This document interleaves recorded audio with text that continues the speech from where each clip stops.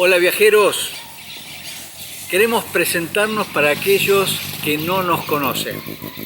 Mi nombre es Silvina.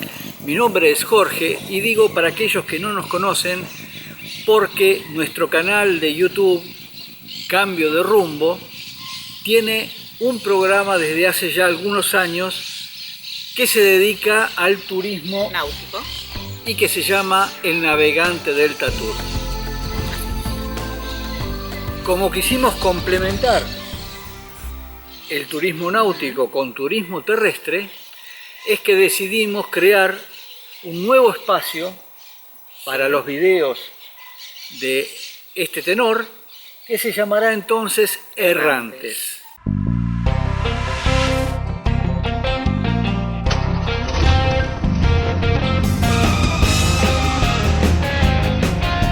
Recalculando.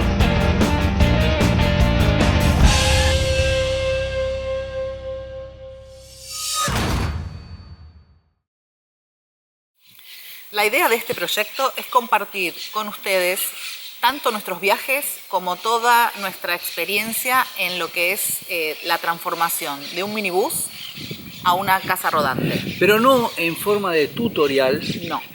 Porque de ellos hay montón. muchos y muy buenos en YouTube, sino de compartirles lo que nosotros vamos realizando arriba de este minibús. El proceso de transformación. Claro, para que si hay algo que les interese, lo puedan tomar como lo hicimos nosotros de otros canales, de otras transformaciones.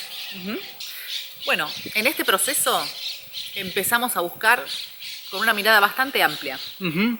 La idea era buscar entre Traffic, Sprinter e Iveco.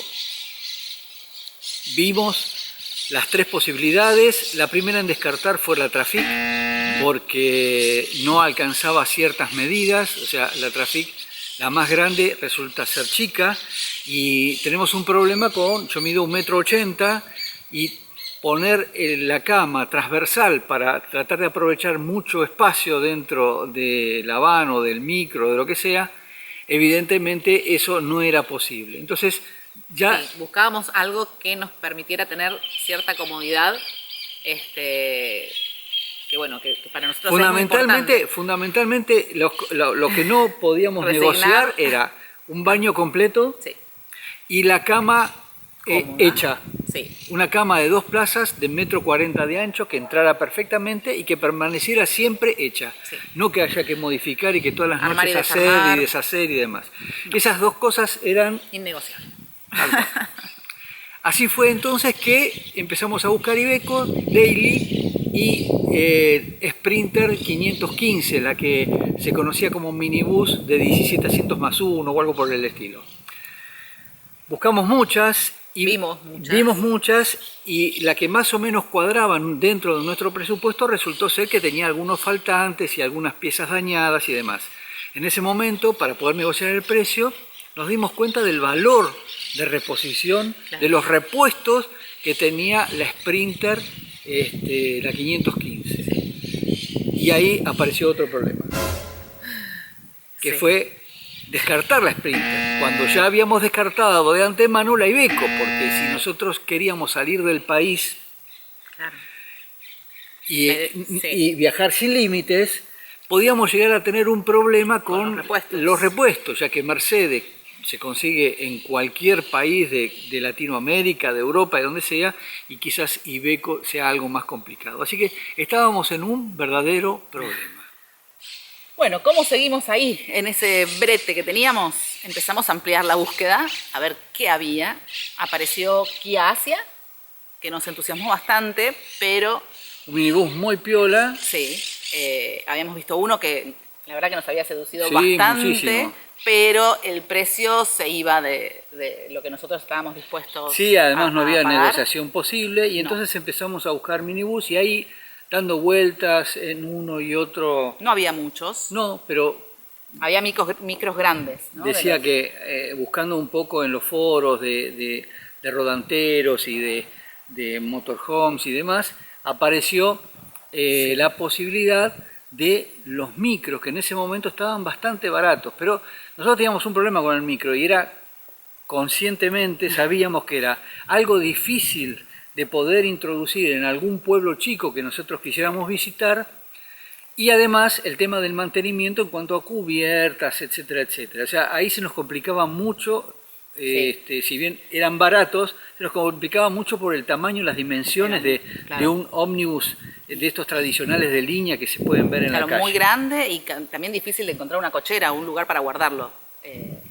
Esa era otra de las dificultades. Así que de casualidad llegamos a un término medio y resultó ser muy conveniente en sus medidas, en sus prestaciones, en su funcionabilidad y por los comentarios que se veían en las redes sociales, un Mercedes-Benz LO 814. Sí, vimos 2 y nos quedamos con 1.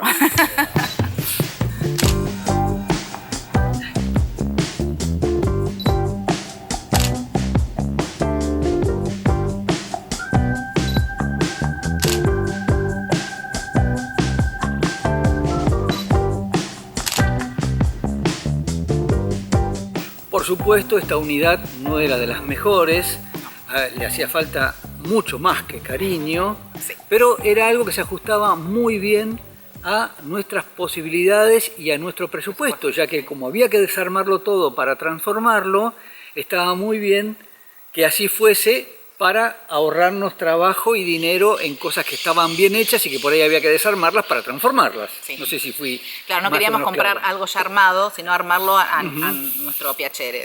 Así que bueno, conseguimos este Mercedes en La Matanza, que había sido de la línea 104 de Capital en el año 2000, y que después de un tiempo de trabajo y prestar servicio en esa línea, se lo llevaron a Salta para usarlo como turismo, dedicado al turismo, y de turismo, antes de la pandemia, se lo trajeron a La Matanza para utilizarlo como microescolar. Lamentablemente nunca pudo llegar a ser por el tema de la pandemia. Nosotros lo compramos en noviembre del 2020.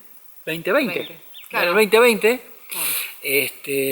Así que había estado un año prácticamente parado en la calle sin poder funcionar. Así que bueno. De La Matanza había que ir hasta San Fernando. En una primera etapa. Porque el tema era que un amigo nos había ofrecido un lugar cerca de Luján donde poder dejarlo y poderlo trabajar tranquilo sin ningún tipo de apuro. El tema era que como nos demoramos muchísimo en el trámite de transferencia y en ir a La Matanza a buscarlo y de La Matanza a San Fernando, decidimos hacer una primera etapa entonces, La Matanza a San Fernando, para el día siguiente llevarlo desde San Fernando a Luján. Nosotros habíamos visto uno de los tantos problemas que tenía, pero que era fundamental solucionarlo, era el tema del alternador. El alternador no cargaba. Y entonces le pedimos al dueño en ese momento, que era elemental y fundamental para llegar a la compra, que reparara el alternador. Es decir, por la distancia que había que hacer, era importante. Que para el día del retiro, así pactamos, lo tuviese reparado. Bueno, el vendedor nos mintió. Nos dijo que sí. Y en realidad no reparó nada. Traerlo fue toda una odisea. No saben cómo venía por ese pobre micro cuando yo lo seguía para ver que estuviera todo bien en el auto. Acá ven las imágenes, no se puede creer.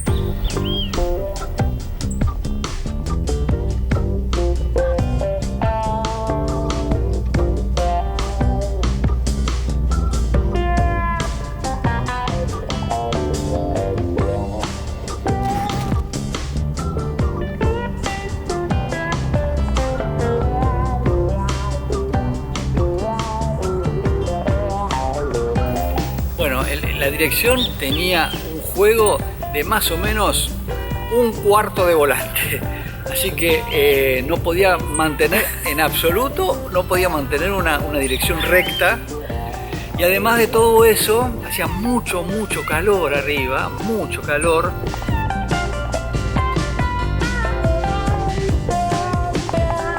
Y cuando llegué a la estación de peaje del acceso a Tigre, me di cuenta que no se podía abrir la puerta del conductor porque esta tocaba contra el asiento, así que no podía pagar el peaje.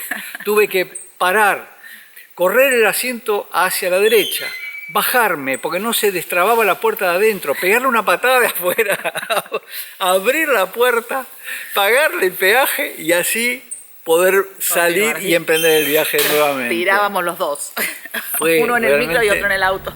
Terrible, pero bueno, era parte del folclore de todo esto.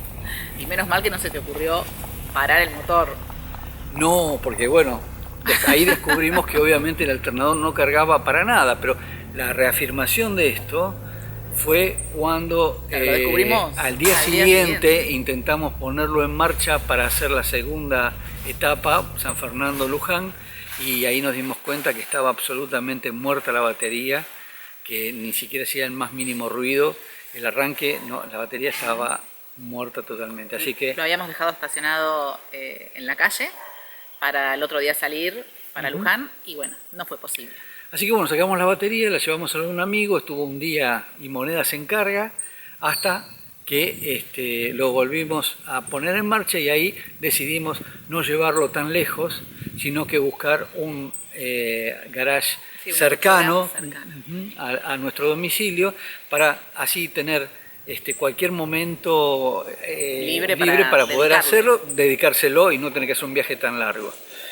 Fue bastante complicado. Sí, porque no hay muchas cocheras que permitan el acceso de transportes tan altos. El problema era la altura. El Mercedes mide 2,20 metros de ancho por 3,10 metros de altura. Sí. Y conseguir una cochera que tenga la posibilidad de portón de acceso de esa altura, la verdad que nos fue bastante complicado, pero no obstante eso, lo conseguimos.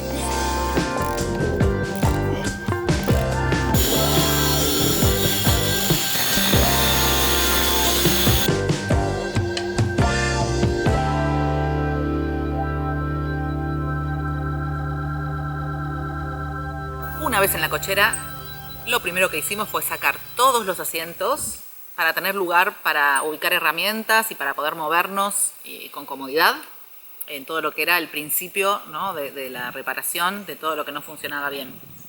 Y después, bueno, comenzamos con desarmar un poco el frente para poder hacer un buen hidrolavado, porque tenía grasa y tierra desde el año que lo sacaron de la carrocera, sí, un desastre.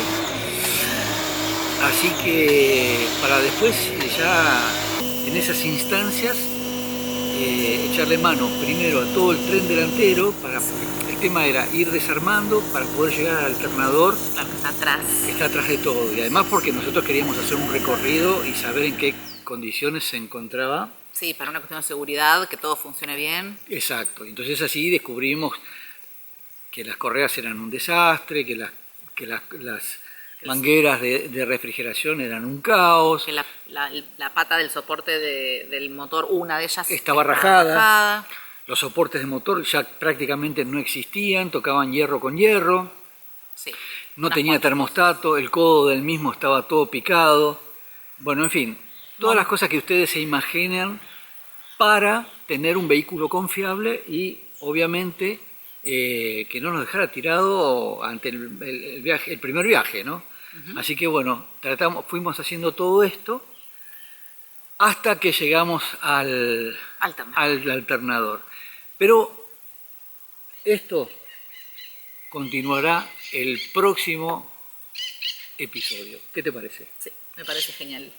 Así que bueno, muchas gracias por acompañarnos, espero que les haya gustado la historia, a nosotros nos fascinó y la estamos viviendo desde el principio con mucha emoción y con muchas ganas ya de salir a la ruta, aunque falta obviamente todavía, pero muy entusiasmados. Sí, paso a paso.